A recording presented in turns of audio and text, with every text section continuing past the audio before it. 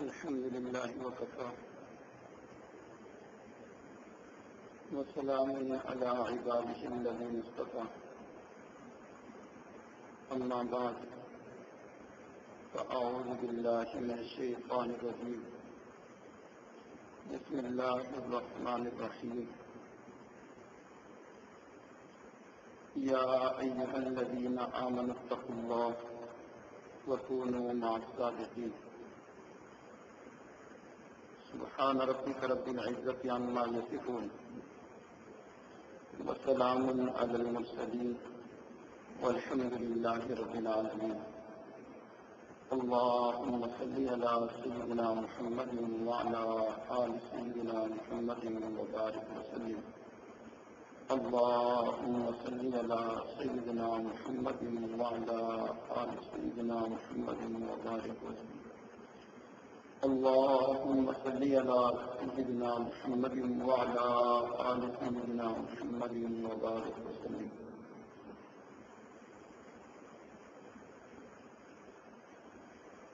ہمارے سلسلہ عالیہ نقشبندیہ کے اندر بیعت ہونے کے بعد 5 اعمال دیے جاتے ہیں. ان میں سے ایک عمل رابطہ شیخ بھی ہے.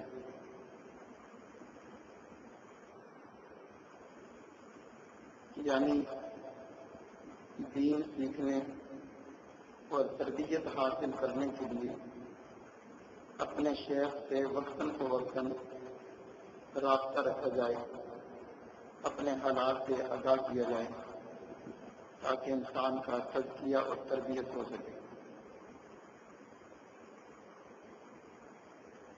یہ حکم اور یہ عمل کیوں ہے؟ اللہ تعالیٰ نے قرآن مجید میں ارشاد فرمایا یا ایھا الذین آمنوا اتقوا اللہ، اے ایمان والو تقوی اختیار کرو، پرہیزگاری کی زندگی اختیار کرو. کیسے اختیار کریں؟ آگے اللہ تعالیٰ نے اس کا طریقہ بتلایا کہ کونوا مع الصادقین، سچے لوگوں کے ساتھ، اللہ والوں کے ساتھ، تقوی والوں کے ساتھ جڑ جاؤ تو تمہیں تقوی اور پرہیزگاری کی زندگی نصیب ہو جائے گی. ان کے ساتھ تعلق رکھو، ان کے ساتھ رابطہ رکھو. کتنا تعلق رکھیں، کتنا رابطہ رکھیں؟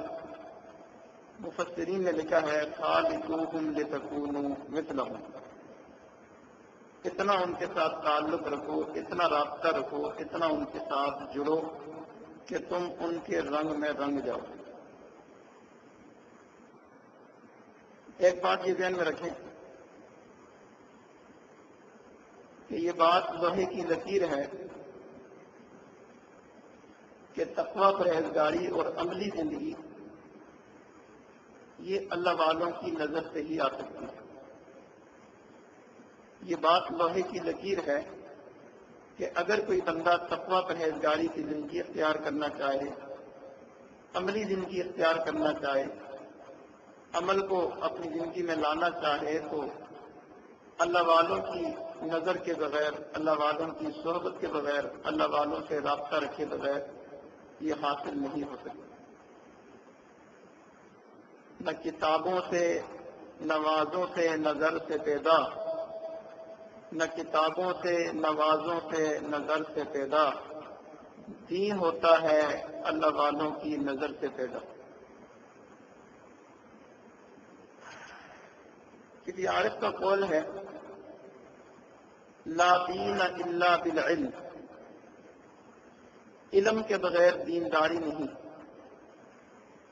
دینداری علم کے بغیر نہیں آ سکتی. ولا علم الا بالکتاب، اور علم کتاب کے بغیر نہیں آ سکتا. کتاب سے مراد قرآن مجید، کہ قرآن مجید سیکھے بغیر علم نہیں آ سکتا. ولا کتاب الا بمرادہ سبحانہ وتعالی، اور کتاب کا علم اللہ تعالیٰ کی مراد کو سمجھے بغیر حاصل نہیں ہو سکتا. ولا يتبين مراده الا بسنت رسول اللہ صلی اللہ علیہ وسلم، اور اللہ تعالیٰ کی مراد نبی علیہ السلام کی سنت کے بغیر سمجھی نہیں جا سکتی. ولا يتبع السنة الا بكلام الفقهاء، اور نبی علیہ السلام کی سنت یعنی احادیث مبارکہ سمجھی نہیں جا سکتی فقہاء کے کلام کے بغیر. ولا يفيد كلام الفقهاء الا بالانسباغ، اور فقہاء کا کلام سمجھا نہیں جا سکتا اس وقت تک جب تک انسان کے اوپر رنگ نہ چڑھ جائے. ولا يلوح الانسباغ الا بالتزکیہ، اور رنگ اس وقت تک نہیں چڑھتا جب تک انسان کا تزکیہ نہ ہو جائے. ولا يتأتى التزکیہ الا بمعیت الشیوخ، اور تزکیہ اس وقت تک نہیں ہو سکتا جس وقت تک انسان اللہ والوں کے ساتھ رابطہ اور تعلق نہ رکھے. ولا المعیہ الا باتباعہم، اور اللہ والوں کا رابطہ اور تعلق اس وقت تک مضبوط نہیں ہو سکتا جب تک انسان اللہ والوں کی اتباع نہ کرے. اس سے پتہ چلا کہ دین سیکھنے کے لیے اللہ والوں کے ساتھ تعلق اور رابطہ ضروری ہے، اور رابطے کی اصل اور حقیقت یہ ہے کہ انسان اللہ والوں کی کہی ہوئی بات پر عمل کرے، ان کی دی ہوئی ہدایت کے مطابق انسان چلے، ان کے دیے ہوئے اعمال کو کھانے پینے اور سونے سے زیادہ ضروری سمجھے. حدیث شریف کے اندر آتا ہے کہ العین حق، نظر لگ جانا یہ حق ہے، نظر لگ جایا کرتی ہے. ملا علی قاری رحم اللہ فرماتے ہیں کہ ایسی نظر میں نے اللہ والوں کی دیکھی ہے جو لگ جاتی ہے. اگر کسی نظر میں حسد ہو، برائی ہو، تو اس نظر کا اثر برا پڑتا ہے. اگر کسی نظر میں خیر خواہی ہو تو اس کا اثر مثبت پڑتا ہے. فرماتے ہیں کنت وجدت هذا العین نظر العارفین، ایسی آنکھ میں نے عارفین کی نظر دیکھی ہے، عارفین کی آنکھ دیکھی ہے جو لگ جاتی ہے، جو من حیث التاثیر الاکثیر، تاثیر کے اعتبار سے وہ بڑی اکثیر ہے، مجرب ہے. اس کا کرشمہ یہ ہے کہ یجعل الکافر المؤمن، اللہ والوں کی نظر کافر کو مومن بنا دیتی ہے. والفاسق صالحا، فاسق اور فاجر آدمی کو نیکوکار بنا دیتی ہے. والجاہل عالما، جاہل کو عالم بنا دیتی ہے. والکلب انسانا، اور کتے کو بھی انسان بنا دیتی ہے. اللہ والوں کی نظر ایسی عجیب چیز ہے. اس لیے کہا کہ اللہ والوں کے ساتھ رابطہ اور تعلق ضروری ہے. اللہ والوں سے تعلق اور رابطے کے 3 اہم فائدے، بلکہ 4 فائدے. پہلا فائدہ تو یہ ہے کہ جب انسان اللہ والوں کی صحبت میں وقت گزارتا ہے، ان کی مجلس میں بیٹھتا ہے، تو انسان کے اوپر اللہ کی رحمتوں کا نزول ہوتا ہے.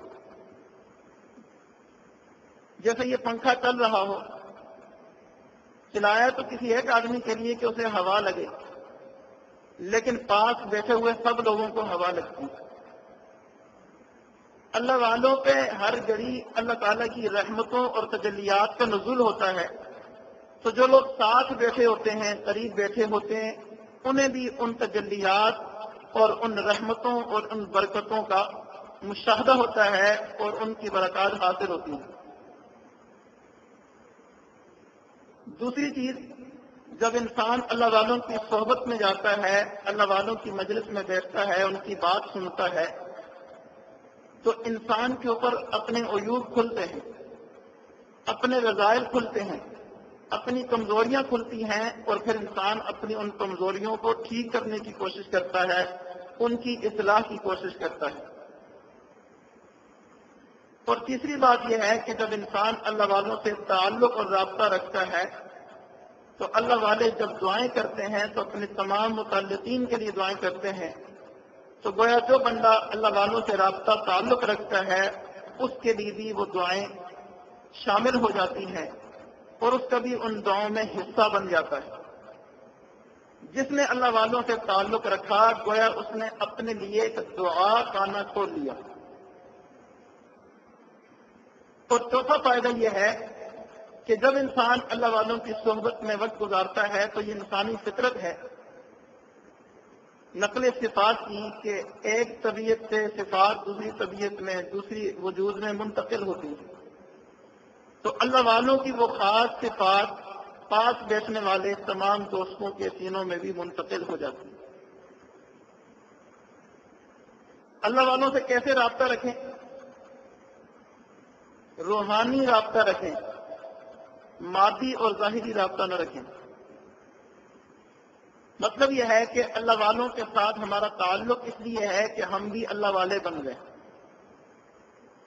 تو جب بھی رابطہ کریں تو اس پہ کوشش یہ ہو کہ مقصد کی بات ہم کریں، روحانی بات کریں، اپنے سبق اسباب کی بات کریں، ذکر فکر کی بات کریں، کیفیات کی بات کریں، اپنے علاج معالجے کی بات کریں۔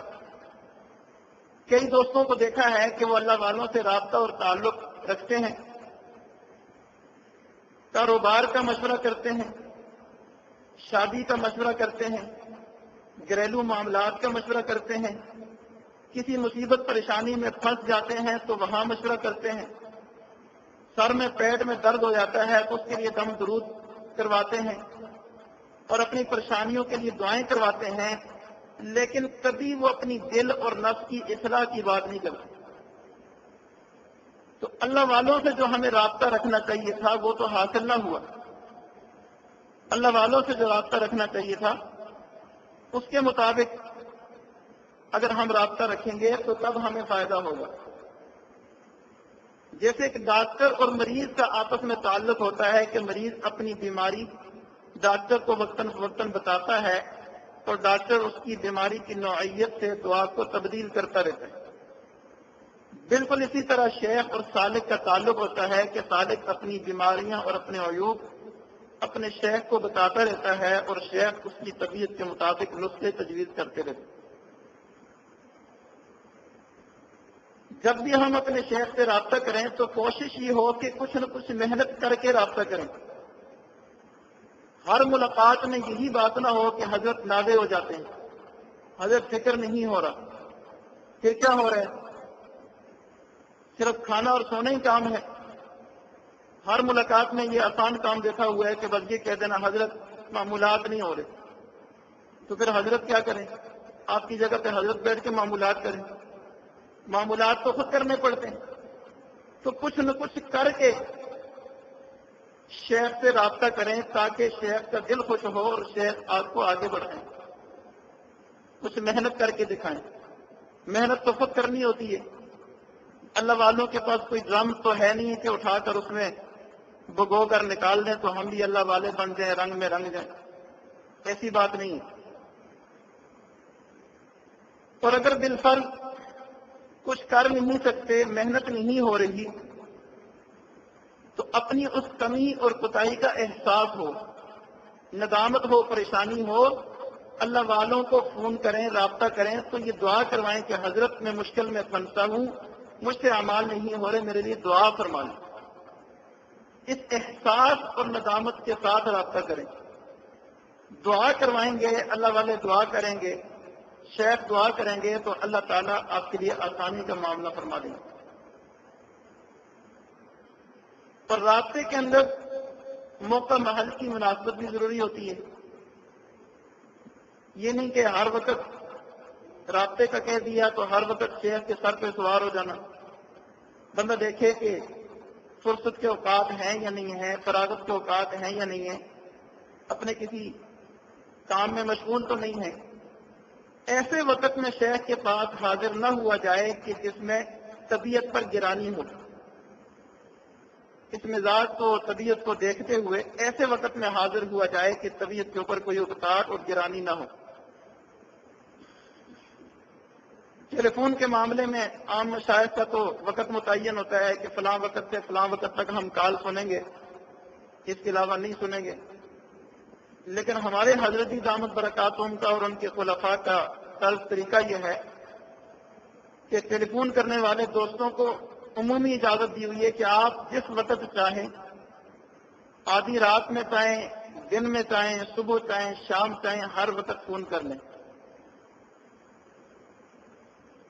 جب حضرت جی فارغ ہوتے ہیں تو فون اٹھا لیتے ہیں، جب فارغ نہیں ہوتے تو فون ہی نہیں اٹھاتے، اس کو سائلنٹ کر دیتے ہیں۔ آپ جس وقت فون کرنا چاہیں کر لیں، کیونکہ فون ایک ایسی چیز ہے کہ بندہ اپنے کام کرتے کرتے بھی بیچ میں اگر تھوڑا بہت وقفہ کیا، کسی کی کال آئی ہوئی ہے تو بندہ سن سکتا ہے۔ اب اس کے لیے علادہ سے ایک وقت متعین کر لینا اور یہ جو بیچ کے اوقات ہوتے ہیں ان سے فائدہ نہ اٹھانا یہ بھی مناسب نہیں ہے۔ تو اس لیے فون کو عام رکھا کہ اگر بیچ میں تھوڑا بہت موقع مل جائے گا اپنے کاموں میں تو ہم کوئی نہ کوئی کال سن لیں گے، تو کسی بھی وقت کال کی جا سکتی ہے۔ اور کال کرتے ہوئے یہ خیال رکھنا چاہیے کہ بات مختصر کی جائے، کسی کے ساتھ بھی یہ صرف شیخ کا ادب نہیں ہے، مختصر بات کی جائے اور مقصد کی بات کی جائے، اپنا بھی وقت ضائع نہ کیا جائے، اگلے کا وقت بھی ضائع نہ کیا جائے۔ آج کل دوست فون کرتے ہیں، کیا حال ہے جی، خیریت ہے جی، الحمدللہ سب خیریت ہے۔ اچھا جی، امی ابو کا کیا حال ہے، بہن بھائی کا کیا حال ہے، بچوں کا کیا حال ہے، وہ چھوٹے بچے کا کیا حال ہے، پھر آپ کی طبیعت کیسی ہے، پھر اور کی حال ہے۔ تو یہ سارے حال پوچھ کے اگلا تو جو ہے نا پریشان ہی ہو جاتا ہے۔ تو ہمارے حضرت فرماتے ہیں جب فون کرنا ہو تو سلام کے بعد اپنی بات پیش کریں۔ حضرت یہ بات ہے فرمایا کہ جب میں ٹھیک ہی ہوں، میرا حال صحیح ہے، تبھی تو آپ سے بات کر رہا ہوں، لہٰذا یہ آپ حال وال پوچھنے کی زحمت نہ کیا کریں اور ہمارا وقت ضائع نہ کیا کریں۔ سینکڑوں کالیں آتی ہیں، اب ایک ہی کال کے اوپر ہم جو اتنا وقت لگا دیں تو پھر تو حرج ہوگا۔ تو حضرت نے یہ منع کیا کہ ادھر ادھر کی باتیں نہ پوچھیں، اپنے مقصد کی بات پیش کریں۔ اور پھر حضرت نے تعریف کی، فرمایا کہ کسی ملک سے ایک بچہ جو ہے فون کرتا ہے تو کبھی بھی اس کے فون پر 1-1.5 منٹ سے زیادہ وقت نہیں لگا، مقصد کی بات پیش کی اور اس کا جواب لیا اور بات ختم۔ اور رابطے کے لیے یہ بھی ضروری ہے کہ جب کبھی موقع ملے، چھٹیاں ہوں، فرصت کے اوقات ہوں، تو اپنے شیخ کی صحبت میں آ کر وقت گزارا جائے، چاہے ہفتہ وار ہو، ماہانہ ہو، سالانہ ہو، کچھ نہ کچھ وقت آ کر اپنے شیخ کی صحبت میں گزارا جائے تاکہ انسان کی تربیت ہو۔ پیوستہ رہے شجر پہ امید بہار رکھ، اس طور اور طریقے سے اگر اپنے شیخ کے ساتھ تعلق اور رابطہ رہے گا تو اللہ تعالیٰ سے پھر بہار کی امید ہے۔ دوست پوچھتے ہیں کہ رابطہ قلبی کیا ہے اور وقوف قلبی کیا ہے؟ وقوف قلبی تو ہوتا ہے اللہ اللہ کا دھیان، کہ میرا دل اللہ اللہ کر رہا ہے، اور رابطہ قلبی یہ ہوتا ہے کہ شیخ کے لطائف سے میرے لطائف میں فیض آ رہے ہیں، یہ رابطہ قلبی ہے۔ جتنے اسباق ہوں، صرف پہلا سبق ہے تو وہ شیخ کے پہلے سبق سے میرے پہلے سبق میں فیض آ رہے ہیں، 3-4 اسباق ہیں تو یہ تصور ہو کہ چاروں اسباق سے میرے چاروں اسباق میں فیض آ رہے ہیں، یہ رابطہ قلبی ہے۔ اس کے ساتھ اگر اللہ اللہ کا دھیان بھی ہو جائے تو کوئی حرج نہیں۔ اور عام ہدایت یہ ہے کہ جب صحبت میں ہوں، سامنے ہوں، تو چونکہ اس وقت ہر وقت شیخ کا تصور غالب رہتا ہے تو رابطہ قلبی رکھ لیا کریں، اس سے زیادہ فائدہ ہوتا ہے۔ اور پھر شیخ کے اوپر جو کیفیات کا ورود ہوتا ہے، شیخ کے اوپر جو کیفیات آتی ہیں، اس سے بندے کو بھی، رابطہ رکھنے والوں کو بھی حصہ حاصل ہوتا ہے۔ اور جب غیبت میں ہوں، دور ہوں، تو اس وقت صرف وقوف قلبی رکھ لیا کریں، یہ ایک عام ہدایت ہے۔ لیکن جو محبت والے ہوتے ہیں ان کے لیے دور اور قریب کے یہ فاصلے کوئی اہمیت نہیں رکھتے، وہ جب دور بھی ہوتے ہیں تو تصور شیخ ان کے اوپر غالب ہوتا ہے، تو انہیں خود بخود جو ہے رابطہ قلبی کی کیفیت حاصل ہو جاتی ہے، اور وہ ہر وقت اپنے آپ کو اپنے شیخ کے روبرو سمجھتے ہیں۔ تو اگر دور رہتے ہوئے بھی رابطہ قلبی کی کیفیت حاصل ہو جائے تو اس میں کوئی حرج نہیں، کیونکہ اللہ تعالیٰ کے نزدیک یہ ظاہر کے فاصلے کوئی اہمیت نہیں رکھتے، شیخ مشرق میں ہوں اور ہم مغرب میں ہوں پھر بھی ہمیں فیض مل سکتا ہے۔ کئی لوگوں کو دیکھا وہ اپنے مشائخ کی جو ہے محبت میں تصویریں بنا کے پاس رکھ لیتے ہیں، اور جی ہمیں اپنے شیخ سے محبت ہے، حالانکہ تصویر رکھنا تو گناہ ہے، جہاں تصویر ہوتی ہے وہاں رحمت کے فرشتے نہیں آتے. تو اس لیے ہمارے مشائخ نے ہمیں یہ درس دیا کہ ہم تصویر شیخ کے قائل نہیں ہیں، ہم تو تصور شیخ کے قائل ہیں. شیخ سے محبت اتنی ہو، رابطہ اتنا ہو کہ ہر وقت دل میں شیخ کا تصور رہے اور شیخ کے باطن سے اپنے باطن کو جوڑے رکھے اور شیخ کے باطن سے فیض یاب ہو، فیض حاصل کرے. ان تمام آداب کی رعایت رکھتے ہوئے اگر ہم اپنے شیخ سے رابطہ رکھیں گے تو پھر اللہ تعالیٰ سے خیر کی امید ہوگی. ویوستہ رہے شجر سے امید بہار رکھ. دعا ہے اللہ تعالیٰ ہم سب کو صحیح معنوں میں اپنے مشائخ سے رابطہ رکھنے کی توفیق عطا فرمائے. وآخر دعوانا ان الحمد للہ رب العالمین. مراقب ہو جائیں. آنکھوں کو بند کر لیں، سر پہ جھکا لیں. دنیا میں معافی ہاتھ حقیقت اللہ رب العزت کی یاد میں دوسری دل سے اللہ اللہ کی آواز کو سنیں. انسان جب اپنے من میں جانتا ہے تو اپنی اصل تصویر نظر آتی ہے. اپنے من کے دریچے کو کھولیے، اپنی اصل تصویر کو دیکھیے.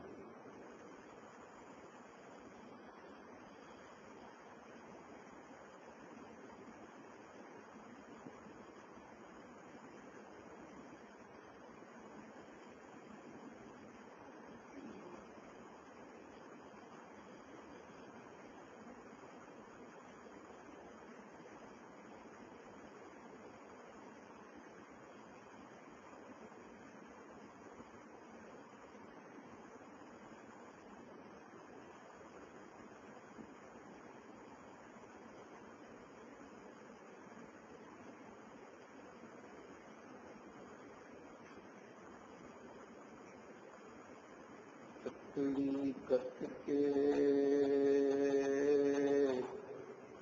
تو نمائی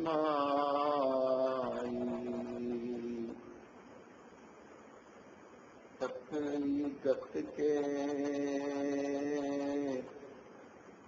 تو نمائی کہ اسودہ دے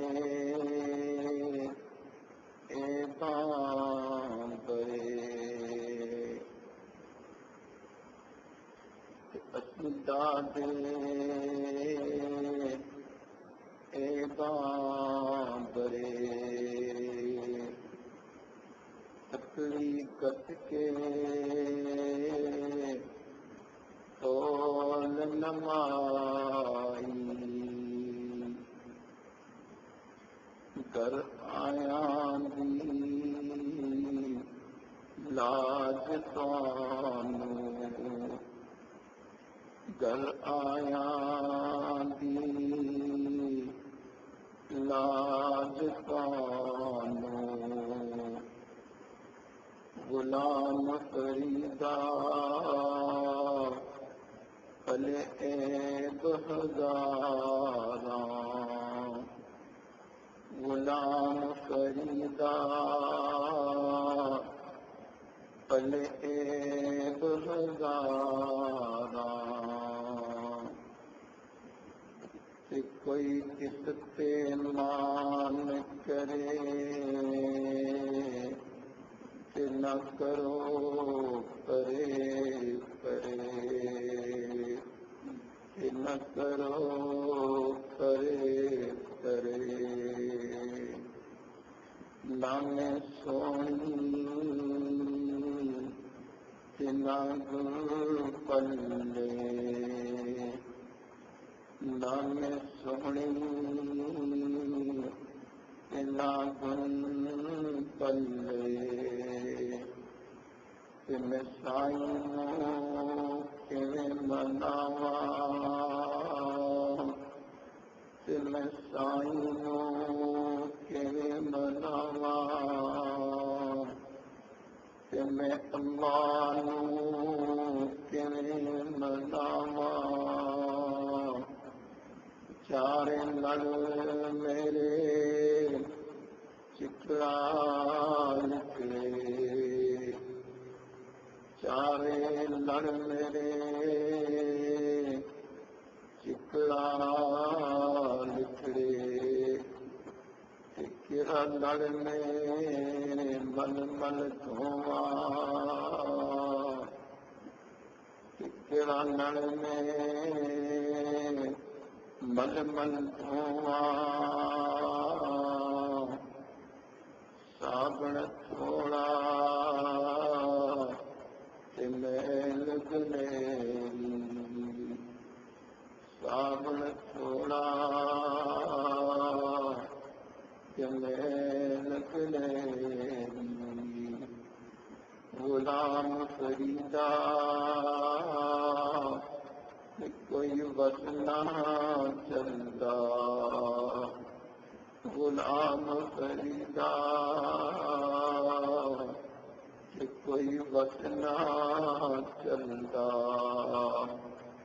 ان بیٹھ کے اجوان لحاظ کرو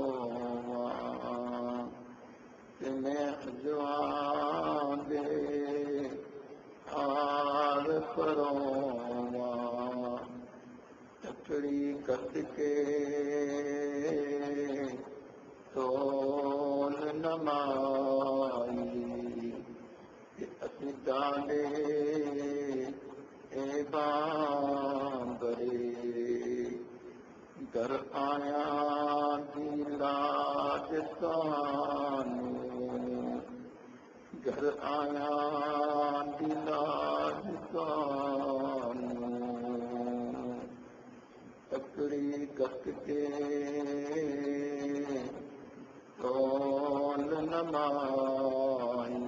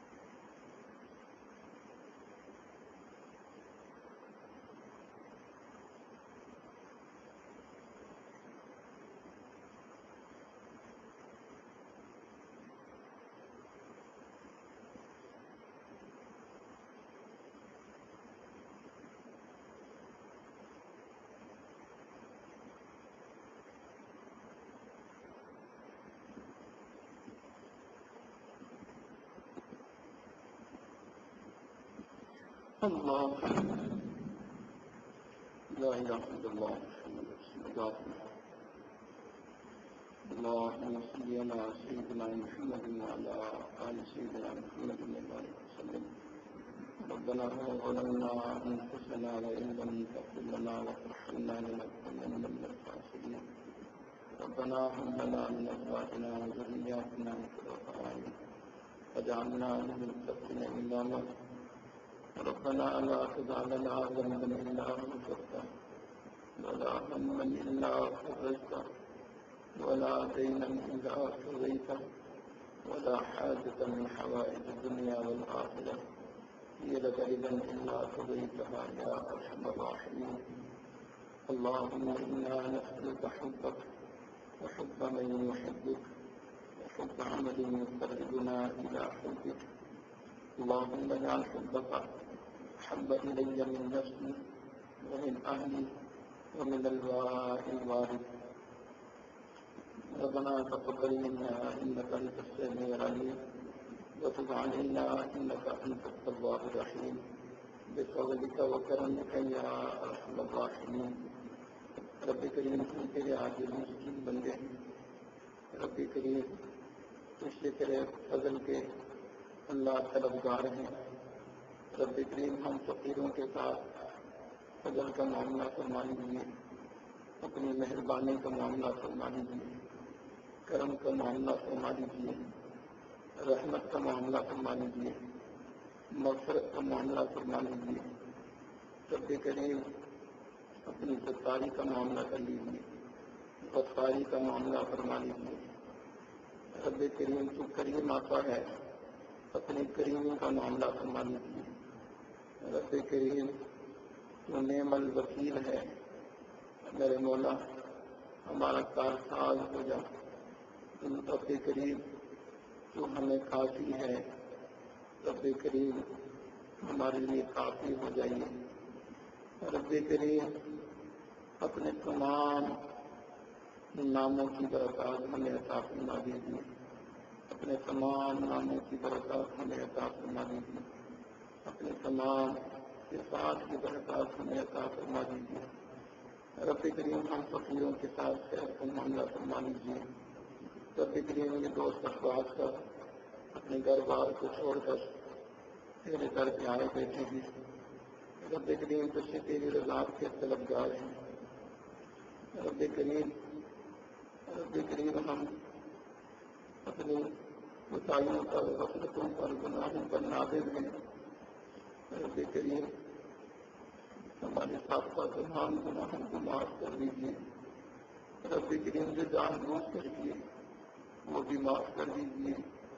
جو بھولے سے ہو گئے وہ بھی معاف فرما دیجیے. جو دن کے اجالوں میں کیے وہ بھی معاف کر دیجیے. جو رات کی تاریکیوں میں ہوئے وہ بھی معاف کر دیجیے. رب کریم آئندہ کے لیے پکاری پرہیزگاری کی زندگی گزارنا آسان فرما دیجیے. ہم چاہیں نہ چاہیں پیشانی کے بالوں سے پکڑ کر نیکی کی توفیق عطا فرما دیجیے. اللہ ہمیں ایسا بنا دیجیے جیسا آپ ہمیں دیکھنا چاہتے ہیں. اپنا پسندیدہ بنا دیجیے. اپنے پسندیدہ بندوں میں شامل فرما لیجیے. رب کریم ہمیں مصیبتوں کے حوالے نہ فرما, پریشانیوں کے حوالے نہ فرما, دشمنوں کے حوالے نہ فرما, حاسدین کے حوالے نہ فرما, برا چاہنے والوں کے حوالے نہ فرما, شر پسندوں کے حوالے نہ فرما, دوستی کے راہ میں دشمنی کرنے والوں کے حوالے نہ فرما, جادو ٹونا کرنے والوں کے حوالے نہ فرما. برے دن سے محفوظ فرما, بری گھڑی سے محفوظ فرما, برے وقت سے محفوظ فرما. رب کریم ہم تیرے دین کے داعی ہیں. رب کریم ہمیں صحیح معنوں میں داعی بنا دیجیے. ہمیں دعوت کے انداز سکھا دیجیے. ہمیں دعوت کے طریقے سکھا دیجیے. رب کریم آپ نے اپنے موسیٰ پیغمبر کو فرعون کی طرف بھیجا. اللہ نے ان کو 7 طریقے بھی سکھائے. بلا تنیا فی ذکر الہوا, جب جاؤ تو ذکر کرتے جانا. وقولوا له قولا لینا, جب اس سے بات کرو تو نرمی سے بات کرنا. رب کریم ہمیں بھی یہ انداز سکھا دیجیے. ہمیں بھی یہ انداز انتخاب فرما دیجیے. ہمیں بھی ان پر عمل کرنے کی توفیق عطا فرما دیجیے. رب کریم ہماری دعوت میں تاثیر پیدا فرما دیجیے. ہماری دعوت کو کی تاثیر کو اکثیر بنا دیجیے. رب کریم ہماری دعوت سے کافروں کو ایمان کی دولت نصیب فرما دیجیے، ہماری دعوت سے فاسقوں کو نیکی تقوی کی دولت نصیب فرما دیجیے۔ رب کریم ہماری دعوت سے مومنوں کو درجات کی بلندی عطا فرما دیجیے۔ رب کریم ہماری دعوت کو ہمارے لیے آخرت میں نجات کا ذریعہ بنا دیجیے۔ رب کریم ہمیں صحیح معنوں میں داعی بنا دیجیے۔ رب کریم دعوت و تبلیغ کے کام کو کرنے میں جو رکاوٹیں ہیں انہیں دفع دور فرما دیجیے، جو پریشانیاں ہیں انہیں دفع دور فرما دیجیے۔ رب کریم جن اسباب وسائل کی ضرورت ہے غیب کے خزانوں سے انہیں پورا فرما دیجیے۔ رب کریم اپنی غیبی مدد اور نصرت شامل حال فرما دیجیے، اپنی غیبی مدد اور نصرت شامل حال فرما دیجیے۔ رب کریم ہم کمزور ہیں، ہم خطا کار ہیں، ہم گناہ گار ہیں۔ رب کریم تیری طرف سے ہی یہ ذمہ داری ہمیں ملی ہے۔ رب کریم ہم اس کو کرنے کے قابل تو نہ تھے، لیکن جب ذمہ داری سر پہ پڑ گئی ہے تو ہم بالکل اس شخص کی طرح جو پانی میں ڈوب رہا ہو اور بچنے کے لیے ہاتھ پاؤں مار رہا ہو، اس طرح ہم اپنے ہاتھ پاؤں مار کے اس کام کو کرنے کی کوشش کر رہے ہیں، کہیں تیری پکڑ نہ آ جائے۔ میرے مولا اس سے تیری مدد کا سوال کرتے ہیں، اس سے تیری مدد کا سوال کرتے ہیں، نصرت کا سوال کرتے ہیں۔ الہی اپنی مدد اور نصرت شامل حال فرما لیجیے، اپنی مدد اور نصرت شامل حال فرما لیجیے۔ ہم فقیروں کے ساتھ اپنی مدد اور نصرت شامل حال فرما لیجیے۔ رب کریم ہمارے عمل کو دعوت بنا دیجیے، ہماری زبان سے نکلی ہوئی بات کو دعوت بنا دیجیے، ہمارے کردار کو دعوت بنا دیجیے، ہمارے افعال کو دعوت بنا دیجیے۔ رب کریم غیبی مدد اور نصرت شامل حال فرما۔ رب کریم تعبیر تو تو نہیں دینی ہوتی ہے، رب کریم یہ باتیں، یہ بیانات، یہ الفاظ تو وہی پرانے ہیں جو آج سے 1400 سال پہلے قرآن و حدیث میں چلے آ رہے ہیں۔ رب کریم سب لوگ یہی باتیں کرتے ہیں، لیکن جن کی زبان میں تو تاثیر دے دیتا ہے اللہ، ان کی زبان سے لوگوں کی زندگیاں بدل جاتی ہیں۔ رب کریم ہمیں بھی ایسی زبان دے دیجیے، ہمیں بھی ایسا دل دے دیجیے، ہمیں بھی ایسا دماغ دے دیجیے۔ رب کریم ہمیں بھی وہ درد دے دیجیے، ہمیں بھی وہ فکر دے دیجیے کہ ہم اس دعوت کے کام کو اچھے سے اچھے طریقے سے کر سکیں۔ اللہ اپنی غیبی مدد و نصرت شامل حال فرما لیجیے، شامل حال فرما لیجیے۔ اللہ انبیاء نے بھی تجھ سے تیری نصرت کا سوال کیا تھا، پر کبھی کبھی بےتاب ہو کر کہتے تھے متی نصر اللہ، متی نصر اللہ، متی نصر اللہ۔ اللہ کی مدد کب آئے گی؟ اللہ کی مدد کب آئے گی؟ ایک طرف سے جواب آتا تھا اللہ ان نصر اللہ قریب، سنو اللہ کی مدد قریب ہے، اللہ کی مدد قریب ہے۔ رب کریم ہمارے لیے بھی یہ اعلان فرما لیجیے، یہ اعلان فرما لیجیے کہ تیری مدد قریب ہے، تیری نصرت قریب ہے، تیری نصرت قریب ہے۔ رب کریم جب تیری نصرت آ جاتی ہے تو پھر لوگ فوج در فوج دین میں داخل ہوتے ہیں۔ رب کریم جب تیری نصرت آ جاتی ہے پھر اللہ لوگوں کے لیے ہدایت کے دروازے کھل جاتے ہیں۔ تیرے مولا اپنی وہ نصرت دے دیجیے، اپنی وہ تائید عطا فرما دیجیے۔ رب کریم مہربانی کا معاملہ فرما دیجیے، کرم کا معاملہ فرما دیجیے۔ ان اٹھے ہوئے فقیروں کے ہاتھوں کو قبول کر دیجیے، پھیلے ہوئے دامنوں کو خالی نہ لوٹائیے۔ میرے مولا جتنے دوست احباب دور قریب سے آئے بیٹھے ہیں سب کی جائز مرادوں کو پورا فرما، سب کی پریشانیوں کو دور فرما، سب کے مسائل کو حل فرما، سب کے ساتھ خیر کا معاملہ فرما، سب کے سینوں کو اپنی عشق کی آتش سے لبریز فرما، اپنی محبت سے سینوں کو بھر دیجیے۔ رب کریم سجدوں کا سرور عطا فرما، مناجات کی لذت عطا فرما، رات کے آخری پہر کے سجدے عطا فرما، رات کے آخری پہر میں اپنے ساتھ ہم سلام ہونے کی توفیق عطا فرما۔ رب کریم راضی اور غزالی کا سوز و گداز عطا فرما، سوز و ساز عطا فرما، وہ درد عطا فرما، وہ فکر عطا فرما، تلقین غزالی عطا فرما۔ رب کریم ہماری دعاؤں کو قبول فرما، ہماری دعاؤں کو قبول فرما۔ اللہ قبول نہیں کرنی پھر بھی قبول فرما، اللہ قبول نہیں کرنی پھر بھی قبول فرما۔ رب کریم ہم اس قابل تو نہیں ہے تیرے سامنے ہاتھ پھیلا کر دعا کریں، لیکن میرے مولا کیا کریں، تیرا ہی حکم ہے، مجھ سے مانگو تو میں خوش ہوتا ہوں، نہ مانگو تو ناراض ہوتا ہوں۔ اللہ تجھے خوش کرنے کے لیے ہم جیسے نکمے بھی ہاتھ اٹھا لیتے ہیں۔ اللہ آپ ہم سے خوش ہو جائیے، اللہ آپ ہم سے راضی ہو جائیے، مالک مہربانی کا معاملہ فرما دیجیے۔ رب کریم ہماری ساری دعاؤں کو قبول فرما، جن دوستوں نے دعاؤں کے لیے فرمایا ان کی جائز حاجات کو قبول و منظور فرما، پریشانیوں کو دور فرما، مسائل کو حل فرما۔ رب کریم جو دعائیں مانگی وہ بھی عطا فرما، جو مانگنی چاہیے کہ نہیں مانگ سکتے وہ بھی عطا فرما۔ ربنا تقبل منا انك انت السميع العليم وتب علينا انك انت التواب الرحيم وصلى الله تعالى على خير خلقه محمد وعلى اله وصحبه اجمعين برحمتك يا ارحم الراحمين۔